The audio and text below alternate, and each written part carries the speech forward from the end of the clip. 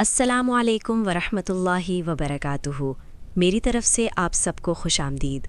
فلاویوس کی مکمل تاریخ آج کی ویڈیو میں آپ کو بتانے والا ہوں، اور یہ تاریخ اتنی زیادہ انٹرسٹنگ اور دلچسپ ہے کہ آپ نے کبھی سوچا بھی نہیں ہوگا۔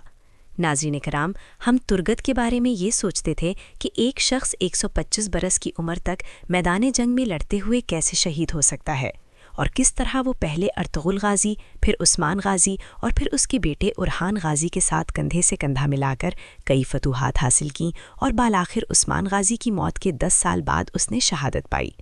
ناظرین کرام، ترگت کی تاریخ پرستار ہے، لیکن فلاویوس کی تاریخ اس سے بھی زیادہ انٹرسٹنگ اور زیادہ پرستار ہے۔ میں نے تو کبھی سوچا بھی نہیں تھا کہ محمد بوزداغ ڈرامہ سیریز میں اتنا اچھا اور اتنا زبردست تاریخی کردار لا سکتے ہیں، اور اس کے اداکار کا انتخاب جو کیا گیا ہے وہ بھی اپنی مثال آپ ہے۔ یہ بندہ فلاویوس کے رول میں کتنا زبردست اور شاندار اداکاری کر رہا ہے، اور ناظرین کرام، صرف چند ہی قسطوں میں اس نے لوگوں کے دلوں پر راج کرنا شروع کر دیا ہے۔ کیا ہی زبردست باکمال پرسنالٹی اور کیا ہی زبردست اداکاری ہے۔ تو سب سے پہلے جو آفیشیل نیوز آئی ہے ہم آپ کو اس سے آگاہ کرتے چلیں، پھر ہم چلتے ہیں اس کی مکمل تاریخ آپ کے سامنے پیش کرتے ہیں۔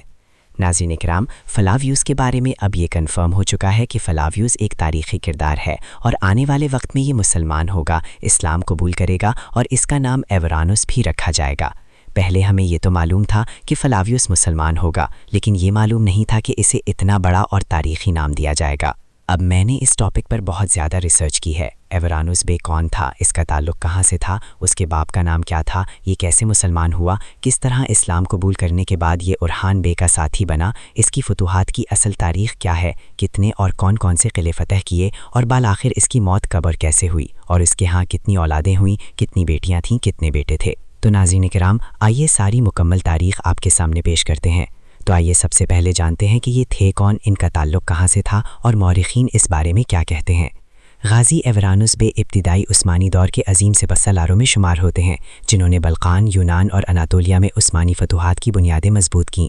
ان کی اصل نسل، مذہب اور خاندانی پس منظر کے بارے میں مورخین میں اختلاف پایا جاتا ہے، اور یہی چیز ان کی شخصیت کو مزید اہم اور دلچسپ بناتی ہے۔ ناظرین کرام، زیادہ تر مستند تاریخی حوالوں کے مطابق غازی ایورانوس بے کراسی امارت کے ایک معزز ترک سردار مانے جاتے ہیں۔ جب 1345 میں عثمانیوں نے کراسی امارت کو فتح کیا تو ایورانوس نے عثمانیوں کی اطاعت قبول کر لی اور ان کی فوجی خدمات میں شامل ہو گئے۔ یونانی روایات میں ایک مشہور داستان ملتی ہے جس کے مطابق ایورانوس کے والد کا نام اورنوس تھا، جو دراصل برسا کا ایک بازنطینی گورنر تھا۔ یہ گورنر 1326 میں برسا کے عثمانیوں کے ہاتھوں فتح ہونے کے بعد پہلے عثمانیوں کے پاس پھر کراسی بے میں شامل ہوا، اور اس روایت کے مطابق ایورانوس کا اصل خاندان بازنطینی تھا، اور ایورانوس پہلے بازنطینی تھا اور اس کے بعد اس نے اسلام قبول کیا۔ ایک مشہور امریکی مورخ ہیسٹن گیب کے مطابق غازی ایورانوس دراصل اناطولیہ کا ایک بازنطینی یونانی جاگیردار تھا، جو برسا کی فتح کے بعد عثمانیوں کی خدمت میں داخل ہوا، اسلام قبول کیا، اور پھر سلطان اورحان اور سلطان مراد اول کے دور میں ایک عظیم فوجی کمانڈر بن کر ابھرا۔